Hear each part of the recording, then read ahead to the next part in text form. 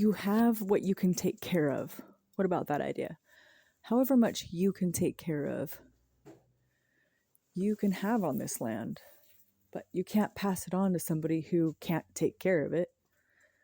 It goes to people who can take care of it. What does take care of it mean? There could be different definitions. Maybe the law of the land is that definition. Like taking care of something can mean different. And we're going to have an HOA, aren't we?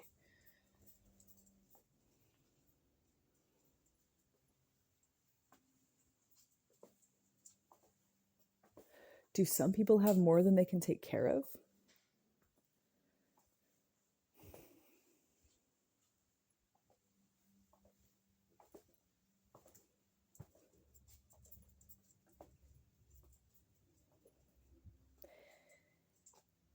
I kind of think it's a slippery slope when we get into the really, really big stuff, like the high power stuff.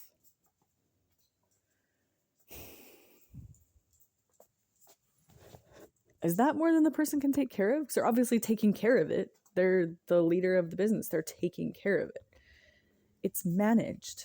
But is it? So I think that is the premise behind the free market, right? Where things get managed based on what's working. That's the whole point. If it's not working, it will just weed out and die. The natural process, like evolution or adaptation, whichever school of thought you like to belong to when it comes to science. I don't think it matters that much, mostly for most everyday life, but I mean, if you get to deeper, higher science, does it matter if you believe in adaptation versus evolution? I've heard that there is no evidence of evolution except there is adaptation. We believe in adaptation, beasts of every kind of thing. I learned that at the Ark. If you've never been there, that's a place to go with an open mind. That's a great place to go with an open mind.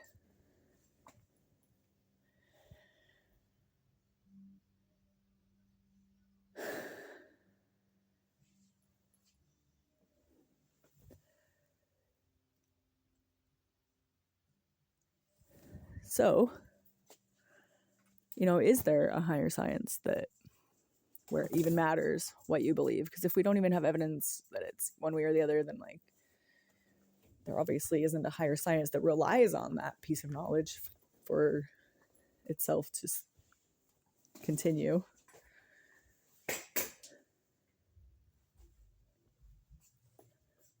Are scientists like clergy? Do scientists get threatened by new pieces of knowledge that could threaten the infrastructure of their current belief that's relying so heavily on this stuff? It's like their whole thing could topple down. That seems scary. That seems scary if that's true, because that seems like it would be true just because of the nature of people that I've seen since I've been alive here 40 years.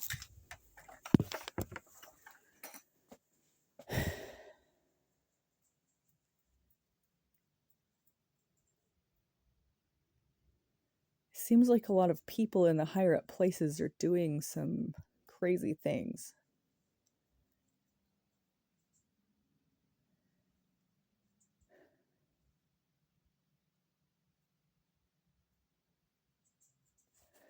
Why are we doing that? We all know about it. What are we doing? Like no, we're not going to be doing that. I don't know.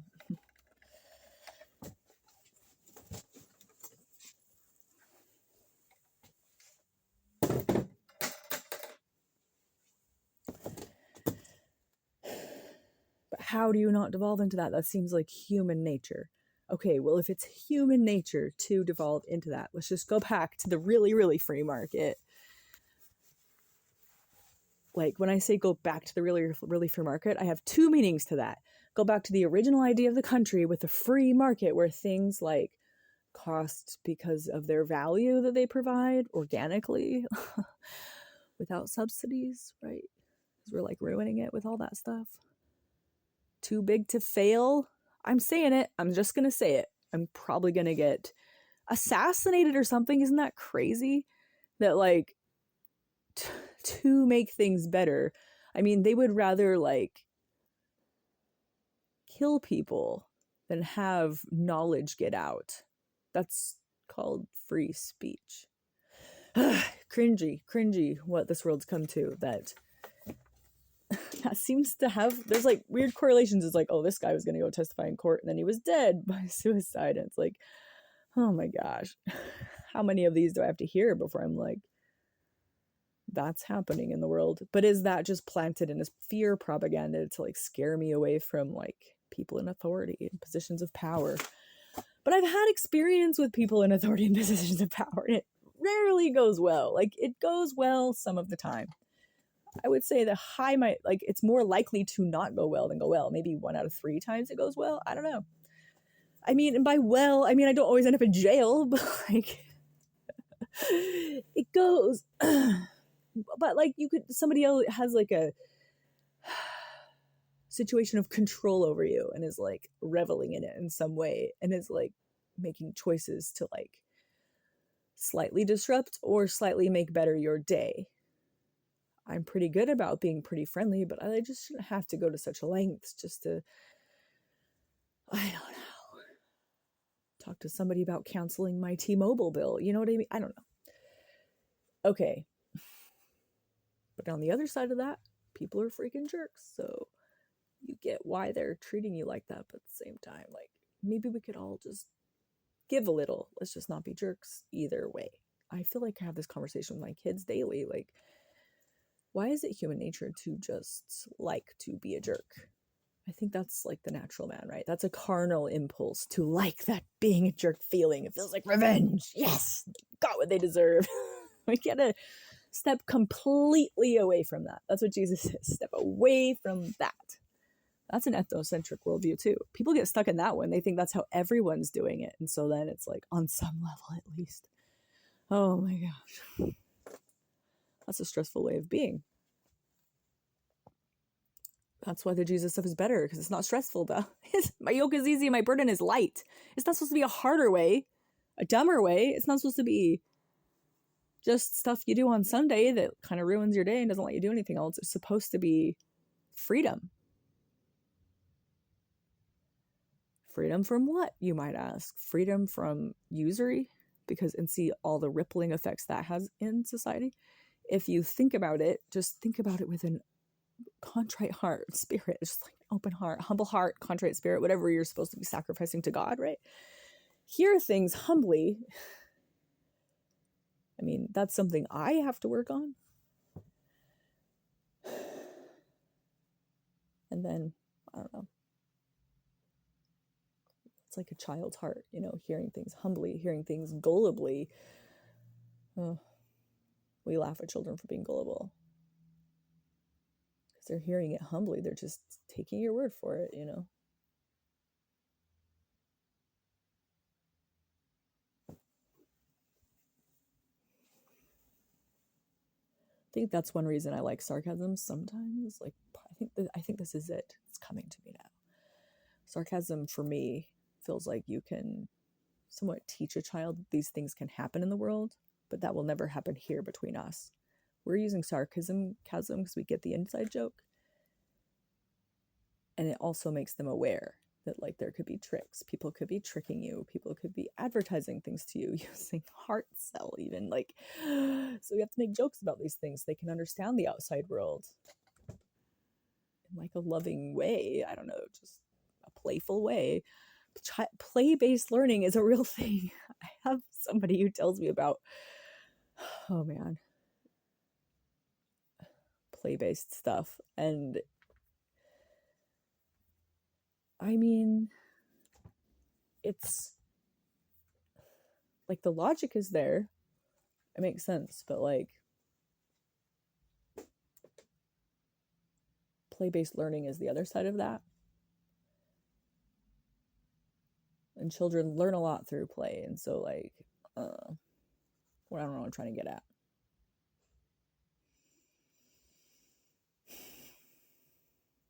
Being playful, having the high excitement. when you have high excitement for something, you really retain it, right? You really learn it. I think that's the problem with public school, is it decreases everyone's excitement for everything until it's just like such a drag and you don't even want to do anything because you have no excitement because your life sucks because they're yelling at you at lunch to be quiet or something. That didn't happen to me, but it happens to my kids. It's just like you're sucking the joy out of everybody's life. And then you grow up to be an adult just expecting like joylessness. You learn things when you're excited though. So like games and stuff are really good to teach kids because you get excited, you know? Good bonding, happy emotions. Play-based learning. Yes. The better model. Jesus says, become like a little child, you know, be humble. Be teachable. Be thinking, be trying to comprehend, even if it seems to directly contradict your direct experience and it seems somewhat logical, so it's scary. And that's the frightening part, because somebody in power, if they are the cream rise to the top kind of person, like they're in power because they have a tendency for cruelty and they like do things to get into those positions that normal people wouldn't. So there's just like a higher likelihood of that happening. Like just because you're near the top or at the top doesn't mean you are cruelty based, but just that there's such a high amount of those up there that, like, statistically, I mean, you would be under some suspicion at the very least. Okay. But just because you're at the bottom doesn't mean you don't have it. You know, sometimes people just suck at it.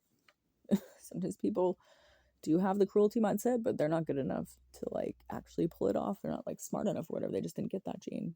Well, they just stayed at the bottom, so it happens. But like, just I would feel like statistically the cream rises to the top. That's just like an unfortunate thing that people do. I don't know. Anyway, okay. So it's scary because when you say things like, hey, here's an unfortunate truth about reality that you don't like to hear because it's like going to contradict your stuff you got going on that's giving you dopamine hits. I'm going to say this and then you're going to have a harder time in life. You know, these people aren't liking to hear that. And so that's why like the saints all get beheaded and stuff, because they say things that the people in charge didn't like.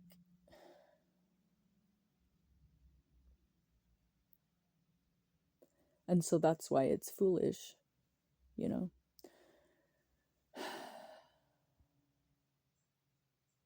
get in the way of people, you know, when your enemy's in the way, just agree with him quickly and move on so you can move on with your day.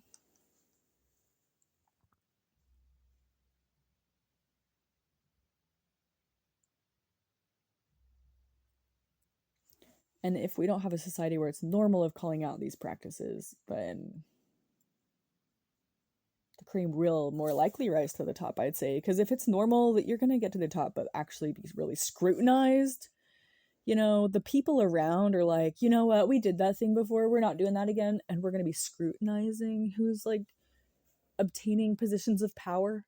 You know, is this actually an altruistic act or is it something else? You know, all the wise adults around are like, hey, I don't like that happened, so we're going to do something different this time. We could just step away and not use money, because you can just make a common law like, okay, in this area, like this is what the standard of living looks like, so whatever you can take care of, you can just live there. If somebody else is already there, you can't have it. They already have it. You can't hoard it, because you can only have what you can take care of. You know, what does it mean to take care of it? We don't know. It could mean you need pasture for animals. Like, it could make sense. That's like the natural, isn't that the Homesteading Act? Kind of something we did like back then. It was like 200 acres or something. I just don't think we need that much if we work together, because everybody could do a garden, and chickens are so freaking easy to manage. They get eaten by predators though. You find a rabbit-proof fence. You find a predator-free enclosure. I think the 5-panel, or not the 5-panel, the cattle panel chicken coop, where it's all surrounded by cattle panels. The hoop house kind of idea. I think that's a great idea. Somebody said something got into theirs though. I don't know if that can happen. So if it can, sucks. There's got to be some kind of way, some kind of standard chicken coop that is somewhat predator proof, and that would solve a lot of problems. I don't know about a lot of people lose their chickens to predators during the day. We never did, but that was Utah. And I think there's like maybe things you could do. I don't know. There's probably methods. There's probably things people could focus on, but it's still, even with like the problems of owning chickens, it's also not a lot of problems. And if you properly maintain the poo, then you can compost it and use it in your garden. But I think it would take people actually like being committed to work on that and not be lazy, because like if you have a really densely populated chicken house, it's going to be like really gross, full of disease. I think birds give disease to humans a lot, so that's like the bird to human vector, right? The bird to human situation is common, I think. So if you have a lot of humans living around, a lot of fowl, domesticated, everyone's together, like it might be a big festering chance to breed like really bad diseases. I don't know. So I don't know if everyone had a couple backyard chickens though, just to feed their family, if that would be that catastrophic. I don't know. I think if everyone was trying to like make money into like a big hen house and mismanage it, would be catastrophic. I don't know. So maybe that stuff manages itself. I don't know. The free market, the really, really free market. So that's a comment to say really, really free market is like a dig on going back on like the wealthy people in power now who are not, it's not a free market. People are getting subsidies. There's like all kinds of backwards deals going on, all kinds of like monopolies. Like we have rules like this for a reason. You're just kind of ruining it now. Look what you've done. It's ruined it for everyone. Everyone's not happy. Like you just need to stop. This is not going anywhere good. Not for you, not for us, not for anyone. So please just back out slowly. Just be the first one to just throw in the lot and just say, okay, I'm going to live like a normal person. Everyone's going to live the same. Everyone's going to be the same. Just like in the temple. Like the no poor among you thing. And we can just not do money for a little while. I think that would improve things quite a bit. The really, really free market is also a reference to the anarchy website that I love. I can't even remember what it's called. I don't think it's Anarchy now, but it might be. But it's this anarchy website. So good. There's stories like those crusty punks. Those are influential in my early days. And also like leisure time versus work time. And those ideas and concepts were like, whoa, like I for sure am an anarchist. Like, and the Jesus stuff really sounds a lot like anarchy. And then they have the really, really free markets where you go and it's just free. Everything's free. So instead of a yard sale, it would be like the whole community gathers with like their stuff, like on Saturday. It could be like at a fairgrounds, like the swap meet we used to have in Utah. They tore that down. Oh, I am sick. I hate when things change. I hate change. I hate change so much. If I could hoard the swap meet, I would. That was a great place, great time. A lot of memories there. Anyway, like a swap meet, everyone has like a tent and a booth and everything's free because you're just trying to get rid of the junk that you have. You're trading around your stuff because you have a lot of gadgets and things, but you don't need them all the time. And you also come looking for something. It's like, oh, I am making a turkey this week and I need a roasting pan because I don't have one because I make it like once a year. But around Thanksgiving, everyone's going to want that pan. So like, I don't know. Maybe you have like a library of turkey roasting pans or something. But then they still have so many pans because it's on once a year. Maybe you just have to have a roaster. Maybe there's no getting around that. But you would just organically realize that and like obtain a roaster in some fashion. Or not have turkey. Like there's a lot of options. Anyway, what I'm saying though, maybe another thing though, I use an electric drill like once a year. So I'm just going to go to the really, really free market and somebody has an electric drill. Great. I'm just going to go screw in a few screws and then I'm going to bring it back next Saturday to trade or to give back to the person. I don't know. Someone who's there all the time who likes to do that stuff, People probably cultivate different libraries of things, little catalogs of things, different oddities and collections. It'd be cool. It'd be so cool. Everyone would like that.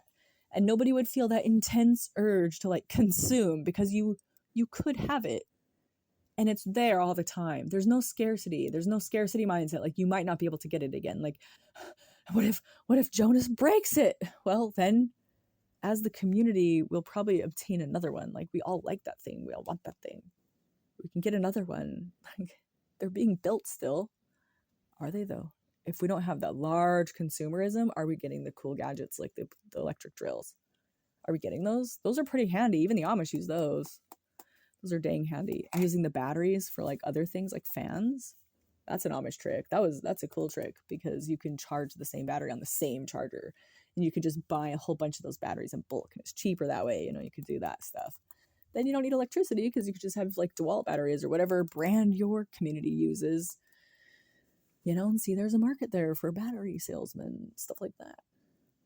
Go back to the way things were. Go forward to the way things could be in better times. And we have a lot of people here. We talk about population control. I don't know a lot of people my age wanting that many children anymore. I did, but I think it's rare. Most of my age mates, like,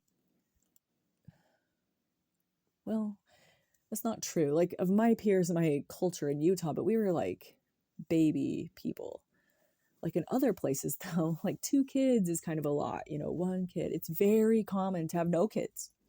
I think people are just like, well, I'd rather like just like look at my own interests. And now, honestly, as an adult, I'm like, well, I can't wait for the day they grow up and move out so I can like pursue some of my own interests, you know? That would be also a cool life, to just pursue your own interests. That's a cool and satisfying life. You don't have to have kids in order to be satisfied. So I think people recognize that and want that and are fine with that. So like, population, what's the problem? There's no, that's the natural population control. I think that's nature's way. I also think homosexuality is nature's way, and gender androgyny is nature's way too, because like, it's enough. You have enough of you. A lot of you there. You need to like slow it down a bit. You have plenty of folks throwing crap in the river. Like, it's affecting a lot of things. You know, you're doing a lot of stuff. Like, I think we could just like manage that on our own. I don't think we need a government, like a ruling body, to tell which people should die and which people should live. I don't think we really need that. I think just nature on its own will decide that, just like through natural selection that we all believe in. Even if we believe in the Bible, we still believe in adaptation. So, like, relax.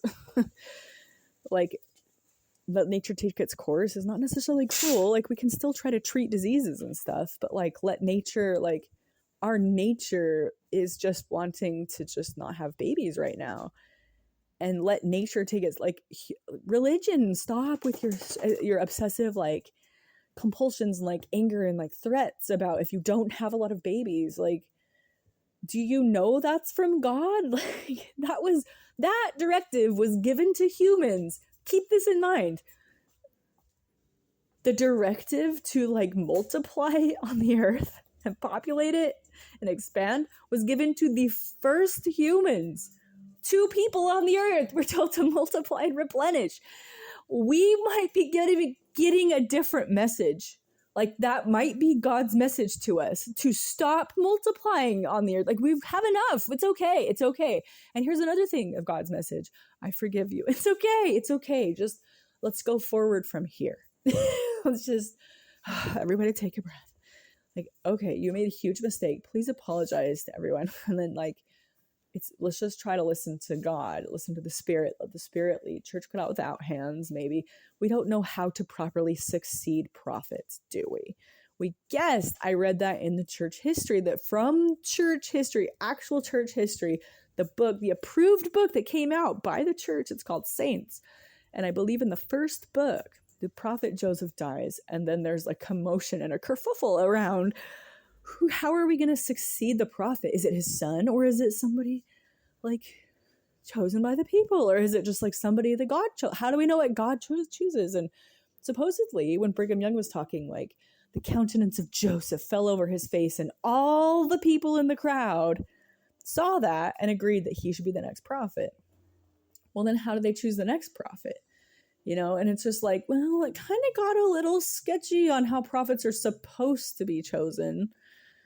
Right? And like, God doesn't like choose a prophet at a time, like people are just called kind of organically, it seems, in the scriptures at least. Like people are called by God. Like when Moses was called, yes, Moses led an enormous congregation. Logistically, that would have been a nightmare, but kind of not. He got complained to a whole lot, like didn't live in a tower.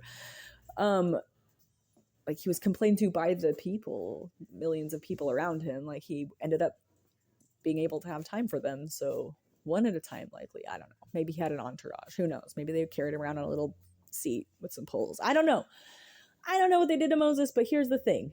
Moses was called in a specific way, a burning bush. Like all the prophets are called in weird different ways. Like it's just no rhyme or reason. It's God's rhyme and God's reason. So has nothing to do with you. So stop trying to force it. Stop trying to control it. The force and control is God is here. Like force and control is a Satan's model. If you think of its force and control in any way, you can think, my brother Satan tried this and God assured him that it would not work.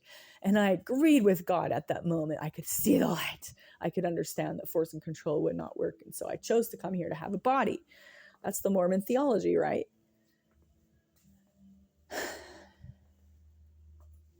I think in some form that's true. Like in some way that will ring true. Like I feel like it has a ring of truth to it. So I think like with more knowledge, like these things like make more sense as they go. I don't know. I could be wrong. I could be wrong about that one. I don't actually know what happened before I was born. And I don't actually know where I'm going to go when I die or what's going to happen. I have faith. I have logic and reason, but I don't actually know. I have an understanding. I have things pointed at, but I don't actually know.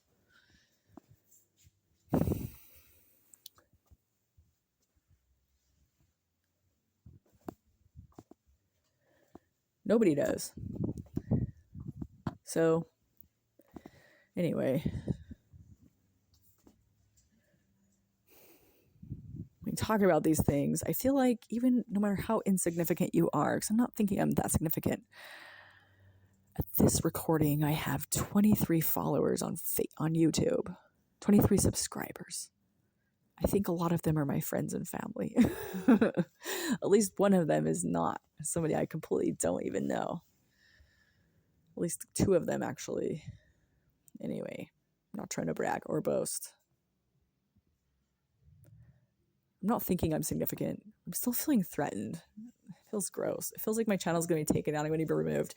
Blip, smudged out easily. Moving on. It's like a nobody with nothing.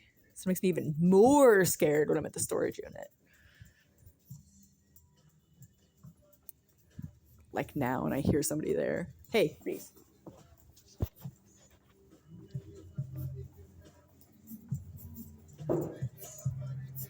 There is somebody here.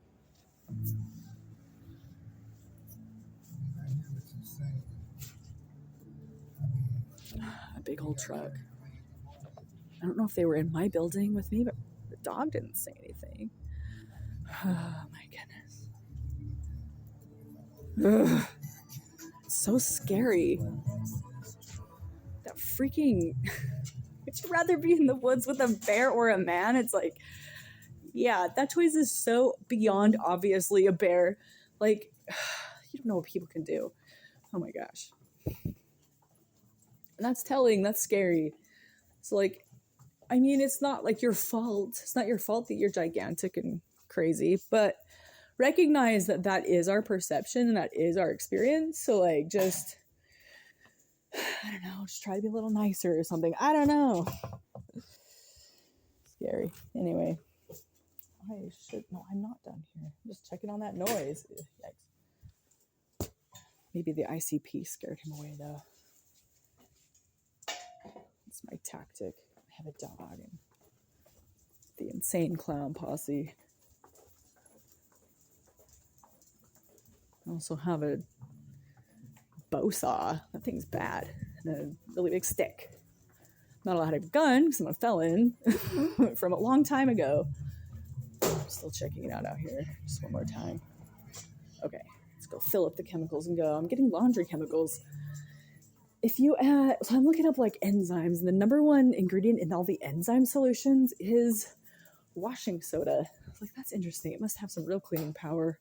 I have a bunch of it. I really never really noticed it in Kentucky because our clothes are always kind of dingy. Like, really, you can't beat detergent. But all the laundry boosters have it, so I might as well grab some and put it in. It probably won't hurt.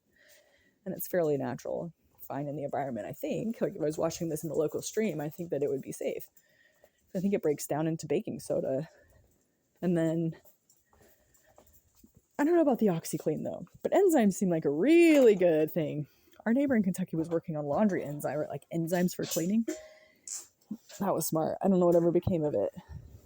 Would love to get my hands on just some enzymes. I would love to know how to make enzymes. I saw somebody made enzymes, basically just did some fermentation. And I was like, I'm dubious. I'm questioning this. If that's true, though, game changer. So of course I'm going to try it. So anyway, quite a long talk about this stuff. I don't even know where it began. Sometimes I like to try to wrap it up where it all began, but sometimes it just goes where it wants.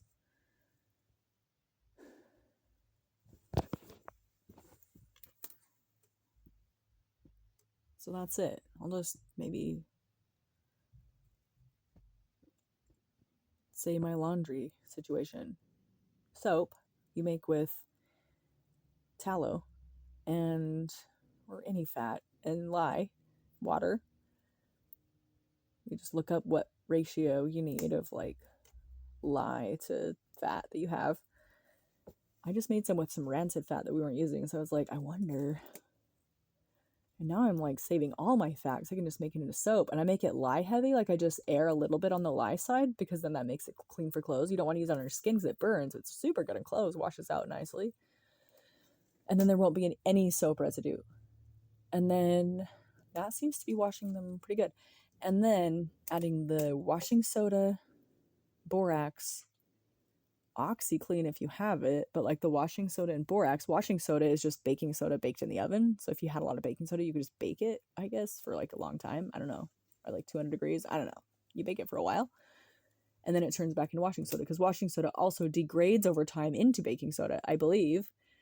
Anyway, I think something about washing soda is also like quicklime. I don't know. There's some kind of thing. So washing soda, baking soda, or borax, those are like the staples. I like OxyClean because I think it does have enzymes. And no, it doesn't have enzymes. It's just oxygen, stain remover, just because our clothes were so dingy in Kentucky. I think I tried OxyClean to boost it. But by then I'm just buying all this stuff. It's like I might as well just buy detergent. Like, not really. And it doesn't save that much money. I do more soap than recommended. Anyway, but I don't pre-mix it because it has a reaction. If you add the washing soda and borax, the reaction might be okay though, because it might be the product of the reaction that cleans your clothes, or I don't know, but I don't like to have the reaction happen first. So I just mix dry washing soda and borax and OxyClean, and then I take that separately as a powder, and then I take my soap and boil it so it's really, really like runny, kind of like, I don't know, runny scrambled eggs. It's like, but I like it when it's hard though, like hard kind of, where it's like you can scoop it out with like a ladle and it like scoops out. It's like gelatinous. It's like jelly, but it's like has this thick, just more concentrated basically. So I pour that. I like it already pre-softened, so it like for sure dissolves in the washing machine, because sometimes you get done with the wash and then you see flakes of soap still on the clothes and it's like, dang it didn't all dissolve, and that's like alarming. And then when it goes in the dryer, it can stain the clothes. So I pre-dissolve it a little bit by just softening it in water, and you could do that with any soap bar. Like, just grate it, it goes faster, or slice it, or just boil the soap bar, but that takes forever. Anyway, any soap bar will do this, but like you want lye heavy for clothes. Like if you try just like a hand soap, it's going to be oil heavy, and so it won't wash as good because it's to like soften your skin after. So that's like Fel's Naphtha or Zote soap, but they just have extra ingredients I don't want. I just want like lye and fat. I just want like the Castile soap, and I was going to do Castile soap, but it's so expensive. So I'm just going to make it. I'm making Castile soap basically with rancid oil I had laying around the house. It's great. the clothes don't smell rancid, and it's not really, doesn't smell like a rancid soap either. It's just kind of like, that's weird. Something in the chemical process saponified the oils. I don't know. Now I'm just using everything. Any old bacon fat. I'm rendering it a little down a little bit. Like I'm cleaning it a few times, and then saving it in my freezer, and then so it doesn't go rancid again. And then I'm gonna make it into soap. Anyway, it seems good. So I'm pre-soften it though, and then I like the chemical reaction to happen in the washer. So I add the powder in the wash with the water and stuff, and I wash on warm. That seems to help. And then that's my laundry soap. And I use quite a bit of the soap though. The laundromat, I use like probably 3 or 4 cups of my soap mixture when it's softened like that in the water. It's a lot. I just keep adding soap until the water is sudsy. I like check the machines like a lot not during the filling up. Once they fill up and they agitate for like a minute, I'll open it and start checking and see the suds level and add more soap accordingly, just like based on my judgment on how much I added first. And then like I just kind of judge, because every week is a different ratio of soap to water, because I'm not consistent. I don't weigh it, or I just do it. And then I just check on it and I just do it organically like that. And then the cleaning chemicals though, I think I'm going to do 1/2 cup per washer. That might be excessive, because people are like, a tablespoon's all you need. Maybe I'll do 1/4 cup and see, because I'm usually excessive with this stuff. And I also use ammonia. Ammonia is a game changer for grease. Ammonia is so good. I think you could just pee in a jar and save it and you'd have ammonia, but I don't know. It might be a gas. It might be in the gaseous state. I don't know. There's no like good way to make ammonia on Google. They're like, oh, you need all this special equipment, hydrogen, this and that. I don't know. Like maybe one day, but like for now, I think if I was ever in an emergency and needed ammonia, I'm just going to pee in a jar and save it. Go with that. Or like other ammonia creating methods, like often a baby diaper will smell like ammonia after like 3 days. So, well, for cloth diapers, sitting in the pail just kind of covered up, they smell like ammonia sometimes really strong. I wonder if that aids in the cleaning process. Who knows? Anyway, like a natural way of like cleaning. I don't know. It's gross, but anyway, that's my laundry. Ammonia though. Ammonia is a game changer with the soap, and then this and this. It's not the best of stains. Like still, detergent's way better, but this is almost free, so this is what I'm doing for now. But then I have to buy more clothes and they get all dingy and stained. I don't know. Maybe not. Just dye the clothes. No, just stop caring about it. It's clean. I don't know. Aesthetics matter though. Aesthetics do matter to people. But it doesn't really matter. I'm going to do it for now. I'll go back to the detergent from time to time. But if I could sustain completely off the fat that we use in the house that I don't use, because I'm cooking big chunks of meat, like a brisket with lots of fat, or I'm making like a pork roast, lots of fat, or bacon with lots of fat. There's like foods we just eat that have lots of fat. Normally you'd have to throw away or like find creative ways to throw them away. Weird. But I'm just going to save it all. And then the fat, it would be really nice if the fat we use from the just naturally eating meat from the house would be enough to sustain us in laundry soap. That would be cool. The same way the amount of milk we drink as a house, the cream we get from the top, from the farming, because we get raw milk, is enough to sustain us in butter for the week as well. It's so good when the ratios work out like that.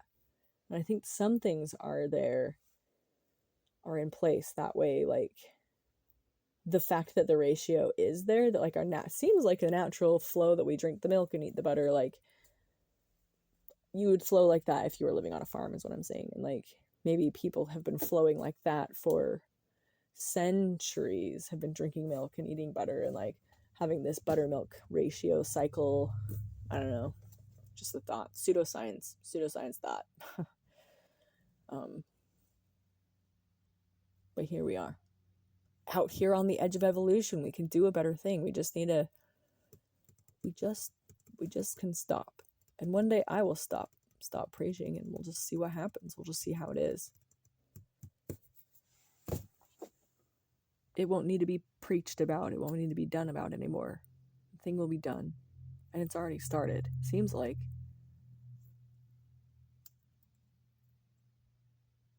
Or we'll do it again.